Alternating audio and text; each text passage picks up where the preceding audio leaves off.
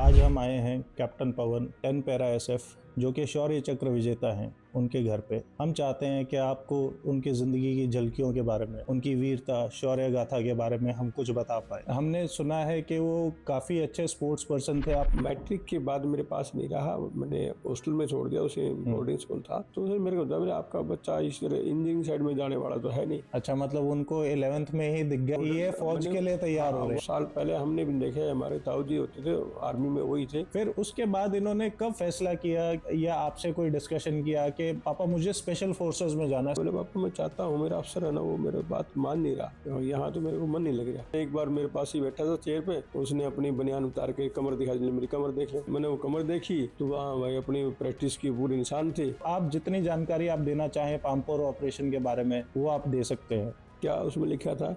मेरी संतान देश को समर्पित। जय हिंद दोस्तों, आज हम आए हैं कैप्टन पवन 10 पैरा एसएफ जो कि शौर्य चक्र विजेता हैं उनके घर पे, उनके पापा से बात करने। हम चाहते हैं कि आपको उनकी ज़िंदगी की झलकियों के बारे में, उनकी वीरता, शौर्य गाथा के बारे में हम कुछ बता पाए। नमस्ते अंकल जी। नमस्ते। मेरा नाम संदीप मलिक है, मैं आपसे मिलने आया हूँ दिल्ली से और हम बात करना चाहते हैं पवन के बारे में। जैसे कि पवन एक बहुत अच्छे वीर सोल्जर रहे हैं इंडिया के, तो हम जानना चाहते हैं उनका बचपना कैसा था। बचपन में थोड़ा बहुत तो एक्टिविटी में तेज था वो, लेकिन शांत स्वभाव का भी नहीं था, ऐसा नहीं। अच्छा, तो उनकी स्कूलिंग के बारे में कुछ बताना चाहेंगे आप? उनकी स्कूलिंग कैसे हुई? हाँ, उनकी first class DAV school Narwana से थी। अच्छा, और उसके बाद 3 साल वहाँ रहा, पढ़ाई में बहुत बढ़िया रहा है। अच्छा। और थर्ड क्लास में 2 सेक्शन थे, वहाँ दोनों में टॉप था। अच्छा, हमने सुना है कि वो काफ़ी अच्छे स्पोर्ट्स पर्सन थे। आप उनके स्पोर्ट्स की लाइफ के बारे में कुछ डिस्कशन करना चाहेंगे? उसके बारे में ऐसा है कि मेरे पास वो मैट्रिक के बाद मेरे पास नहीं रहा, मैंने हॉस्टल में छोड़ दिया, उसे बोर्डिंग स्कूल था।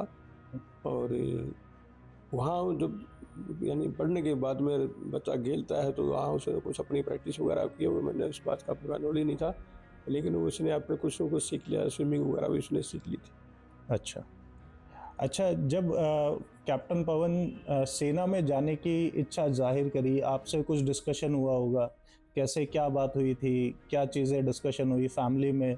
आपसे बात हुई होगी, अपनी मम्मी से बात करी होगी कि मैं फ़ौज ज्वाइन करना चाहता हूँ, स्पेशल फोर्सेस ज्वाइन करना चाहता हूँ। कुछ ऐसा डिस्कशन आपसे क्या हुआ था, क्या चीज़ें हुई थी? उसका जब छोटा बचपन था, मेरे जिस तरह से घर में भी जो बोर्ड है, कहीं उधर बोर्ड है, जो स्विच बोर्ड है, वहाँ भी इसने मन में जुनून ऐसा था कि जो फाइटर पायलट हैं, जो प्लेन है, उनकी फोटो लगा रखी। उसका इंटरेस्ट ये बन गया क्योंकि एक उसकी मौसी का लड़का यानी एनडीए में गया था एयरफोर्स की तरफ से। अच्छा, तो उसने उससे बातचीत थी, उसका इंटरेस्ट साइड में बढ़ा है। अच्छा, तो फ़ौज में बचपन से ही इंटरेस्ट था? हाँ, उसका मन में थोड़ा ये आ गया भाई हमने ये हाँ उधर जाना है। किस उम्र से मतलब उनका इंटरेस्ट डेवलप होना शुरू हो गया था फ़ौज के टूवर्ड्स?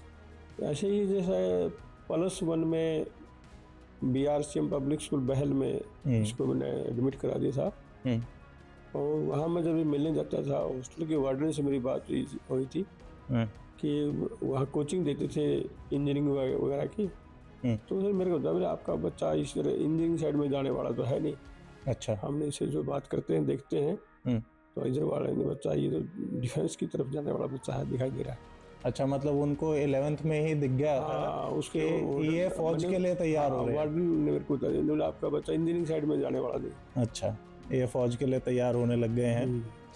अच्छा, ये जो कैप्टन पवन थे ये हमेशा साहस से, जज्बे से भरे रहते थे। कुछ मतलब उनके अंदर ऐसा ये कब आपको कब महसूस हुआ कि ये कब फौज की तरफ जाने का इनका रुझान है? जब इसने मैंने दिल्ली इंजीनियरिंग के लिए कोचिंग के लिए छोड़ा ना, तो उसने फिर मेरे को बताया कुछ दिन के बाद, बोले पापा मैंने कुछ और सोचना है, आप इधर भेज रहे हो, लेकिन देखते हैं क्या होता है। उसने मेरे को बताया, लेकिन उसका एक दिन फ़ोन आया, पापा बन गई बात। अच्छा, उसने कहा मैं क्यों? हाँ, बोला वैकेंसी निकल गई है एनडीए की, अच्छा, और उसमें मैं एलिजिबल हूँ, अच्छा, अभी मैं अप्लाई कर सकता हूँ। अच्छा, उसके पहले ये था कि भाई शायद मैं अभी एलिजिबल ना हूँ एज के हिसाब से हो, लेकिन उसके हिसाब से जो कंडीशन माई डेट उसकी डेट थी उसमें जो अप्लाई कौन कर सकता है उसमें एलिजिबल है। उसने लप्पापन की बात हम फार्म भर सकते हैं, मैंने भर दिया। अच्छा। उसने अपना आप फार्म वगैरह भर दिया। जैसा कि आपने मुझे पहले कॉन्वर्जेशन में बताया, आपका तो कोई शायद फोर्सेस में भी नहीं था, ना पुलिस में कोई नोन नहीं था। नहीं, बहुत साल पहले हमने भी देखे, हमारे ताऊ जी होते थे आर्मी में, वही थे, अच्छा। हमने देखे भी नहीं। अच्छा। उसके बाद हमारे पास डिफेंस में बेल्ट वाली स्कूल्स भी नहीं हुई। तो पवन को ये मतलब जो एनडीए में उनका एयरफोर्स का कोई मतलब रिलेटिव गया था, उससे इंस्पायर होते होते वो फोर्सेस की तरफ डाइवर्ट होते हाँ, चले गए। उसमें उसका उस साइड में थोड़ा इंटरेस्ट बना है। उसकी मौसी का लड़का गया तो मैंने भाई उसकी बात सुनता था, उससे भाई हर एक बात को जिज्ञासा से पूछता था, ये भैया कैसे होता है कैसे होता है, तो उसने उसे मोटिवेशन हुआ उससे। अच्छा, जब फिर इन्होंने एनडीए ज्वाइन किया, एनडीए ज्वाइन करने के बाद फिर इन्होंने जहाँ तक मुझे पता है ये 7 डोगरा में कमीशन हुए थे। फिर उसके बाद इन्होंने कब फैसला किया या आपसे कोई डिस्कशन किया कि पापा मुझे स्पेशल फोर्सेस में जाना है? स्पेशल फोर्सेस मतलब सबसे अल्टीमेट जो हमारी फोर्सेस होती हैं, मतलब जो इंडियन आर्मी फोर्सेस है उसमें जो सबसे स्पेशल फोर्सेस हैं वो स्पेशल है। तो कब इन्होंने फैसला किया, कब आपसे डिस्कशन किया? उसका एक बार फिरोजपुर पंजाब में थे वो, 7 डोगरा में, वहाँ को ट्रेनिंग कैंप वगैरह में था, वहाँ कभी उसने बात करने का टाइम मिल गया, मेरे से बात की, बोले पापा मेरा यहाँ मन नहीं लग रहा, यहाँ तो मेरे को पसीना भी नहीं आता, और मैंने तो पीछे सारे एनडीए वगैरह में आया में पसीना बहा, और यहाँ तो मेरे को मन नहीं लग रहा। तो मैंने बोला भाई तो हम क्या कर सकते हैं, ये तो भाई आप यहाँ 7 डोगरा आपने ज्वाइन कर लिया, अफसर बन गया हो, इसमें तो मिलिट्री का ही चलेगा, हमारा तो इसमें कोई रोल नहीं हो सकता। तो उसने बोला ठीक है देखते हैं। तो उसका मन ही शायद मैं उधर जाना चाहता हूँ, तो मैं पैरा में जाना चाहता हूँ, इसकी मेरी लिंग ही है, बट लेकिन मन नहीं करता मेरा। फिर उसका एक दो बार फिर आया, बोले पापा मैं चाहता हूँ, मेरा अफसर है ना वो मेरा बात मान नहीं रहा।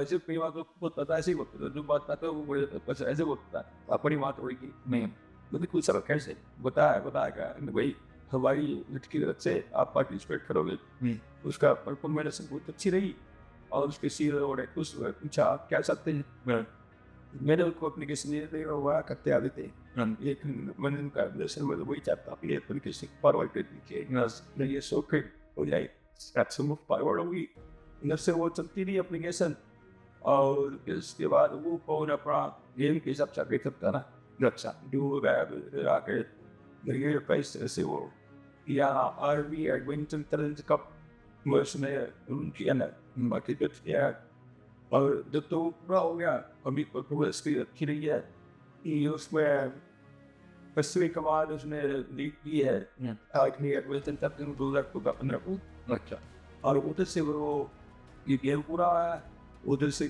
मैंने सुना कि कैन ये और ऐसे प्रोग्रेस, अच्छा उधर से वो आ गया, तो वो 10 साल अपने प्रोग्रेस वहाँ जो चले गए प्रोग्रेशन अप्लाई की, हाँ वो थिंग में देखा प्रोग्रेसी।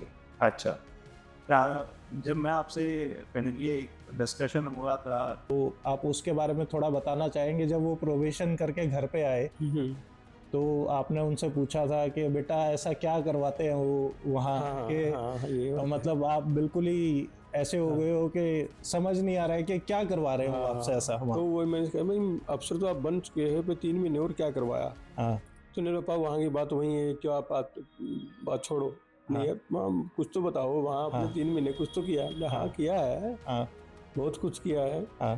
फिर वहाँ थोड़ा बहुत उसने एक बार मेरे पास ही बैठा था चेयर पे, उसने अपनी बनियान उतार के कमर दिखा दी, मेरी कमर देख लो पता लग जाएगा क्या किया है। मैंने वो कमर देखी, तो वहाँ भाई अपनी प्रैक्टिस की पूरे निशान थे, तो मैं चुप रही, और कुछ देखना मैंने हाँ, फिर मैं बोला भाई ऐसे कैसे हुआ, तो उसने फर्श पे रोल की 2-3 ला ऐसे हुआ। अच्छा, करके ही सामने ही दिखा दिया। हाँ, उसे बोलते ही सेकंड में तो गैप भी नहीं हुआ, मैं कैसे हुआ, तो उसने 2-3 चक्कर काट गया तो अच्छा रोल कर गया फटाफट उस फर्श पर। अच्छा अंकल जी, अब मैं कुछ आपसे पामपोर ऑपरेशन के बारे में जो आप मतलब साझा कर सकते हैं, क्योंकि हर चीज़ पब्लिक फोरम पे नहीं डाल सकते, क्योंकि ये बहुत सीक्रेट ऑपरेशंस होते हैं, कैसे कार्रवाई हुई, क्या हुई।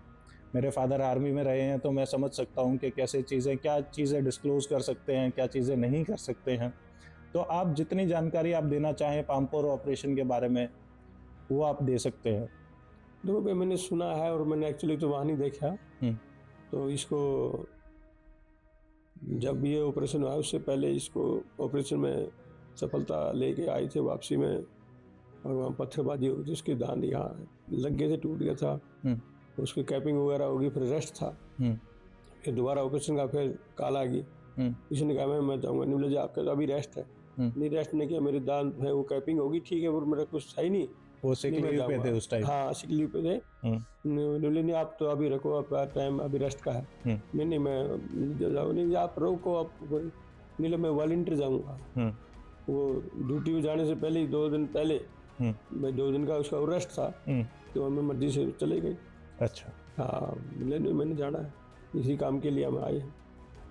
तो उस ऑपरेशन के बारे में कुछ उसका तो मेरे को ये पता नहीं लगे ना, लेकिन हाँ मेरे को बता जो उसके साथ जो इसका जो काम करते हैं ऑपरेशन के दौरान 5-6 बंदे काम करते हैं, तो उसमें बंदे की जो गन है मिस हो गई, और उसने सेकंड में अपने उसको चेंज किया, एक्सचेंज कर लिया उसमें।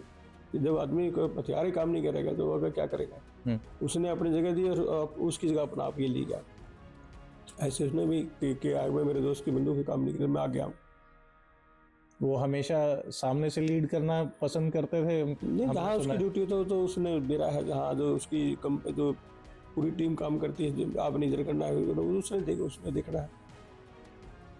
अच्छा, जो आज के टाइम आप पवन के पापा हैं, तो आप मतलब युवाओं को क्या बताना चाहेंगे कि पवन से क्या क्या सीखना चाहिए? पवन एक मिसाल है मतलब देश के लिए।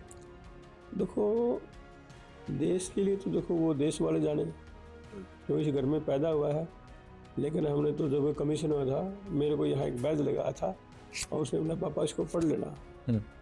तो मैंने वो देखा उसमें, उस देखने के बाद में मैं बहुत कुछ बदल गया, मेरे मन में कुछ और हो गया। क्या उसमें लिखा था, मेरी संतान देश को समर्पित। तो मैंने उस टाइम सोचा वहाँ अभी आपका नहीं है, तो वो इंग्लिश को उनका सब पढ़ लेना। तो मैं पढ़ा तो देखा तो ये तो वहाँ भाई आपका नहीं है, ये तो पूरे देश का है, ये हमारा तो नहीं है, लेकिन है भाई ठीक है, यहाँ घर में पैदा है तो हम तो इतना जरूर आए भाई ठीक है, जिस काम के इसके मन में जुनून है भाई, हमने बेल्ट की नौकरी करनी है, देश सेवा करनी है, अच्छी तरह से करे। उन लोगों को पता है भाई जैसे कि है सो देखा उसने, हमें जितना पता है, जो ड्यूटी न होती भी उन्हें ड्यूटी दी है, हमें इस बात से खुश है कि हमारे बच्चे ने जिस जुनून के साथ भाई मिलिट्री ज्वाइन की थी, तो उसका नाम को पीछे नहीं होने दिया, ऊपर ही रखा। बिल्कुल, हमेशा उन्होंने सबसे आगे रह के हमेशा लीड किया और देश के लिए हमेशा बेस्ट से बेस्ट करने की कोशिश करी। उसने बहुत अच्छा किया। कुछ युवाओं को स्पेशली मैसेज देना चाहेंगे जो आर्मी ज्वाइन करना चाहते हैं? हाँ जी, उसके फैन भी ज्वाइन भी किया है, एनडी में भी अभी गए हैं बच्चे। तो एक बच्चे मेरे से बात भी हुई है, यही आज का पास का बच्चा है, और वो मेरे को बताया, मैं उसका फैन मिलता था, लेकिन वो जब उसकी एनडी में सेलेक्ट हो गया तो मेरे को बताया अंकल जी मैं सेलेक्ट हो गया बताना है, तो वो उसका फ़ैन था। अच्छा। और चला गया, और वहाँ में जाके उसने इंटरव्यू भी पूछा आप कैसे, बोला मैं पवन का फ़ैन हूँ। हमें बड़ी खुशी हुई, भाई ये बच्चा ऐसा काम किया है जिसे लोग दुनिया की इस बात को सुनकर इंटरेस्ट लेते हैं।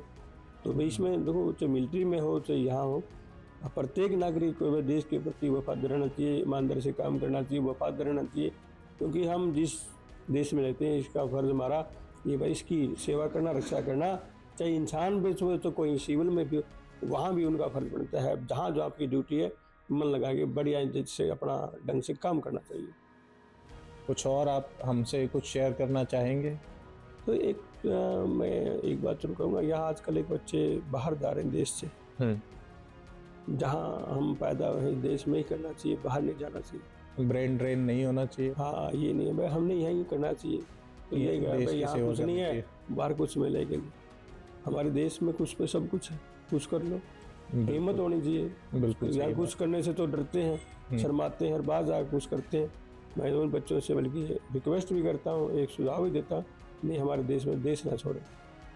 अच्छा, पवन के जाने के बाद आर्मी से कैसा आपका रहा वास्ता? नहीं, आर्मी से हमारा बड़ा खुश मिजाज का वास्ता है, आपस में संपर्क भी होता रहता है, मिलते भी हैं, बुला भी लेते हैं और हमारे परिवार के बारे में हाल चाल पूछ लेते हैं। ये बल्कि स्टेट गवर्नमेंट से भी ज़्यादा वो करते हैं। अच्छा, क्योंकि मैं आर्मी में मेरे फादर रहे हैं, तो हम जानते हैं कि साथी ही होता है आर्मी में, सबसे इम्पोर्टेंट वही होता है और कोई किसी का साथ कभी नहीं छोड़ता किसी भी हालात में। ठीक है अंकल जी, धन्यवाद। जय हिंद। आप कुछ और कहना चाहते हैं तो आप कह सकते हैं। नहीं, कहने के लिए तो इतना ही बताता हूँ कि आपको देखो, हम देश के प्रति वफादार रहना चाहिए, गद्दारी नहीं करनी चाहिए, ईमानदारी से निष्ठा से काम करना चाहिए हमारा, ताकि हमारा देश और ऊंचे जाए। ठीक है अंकल जी, जय हिंद। जय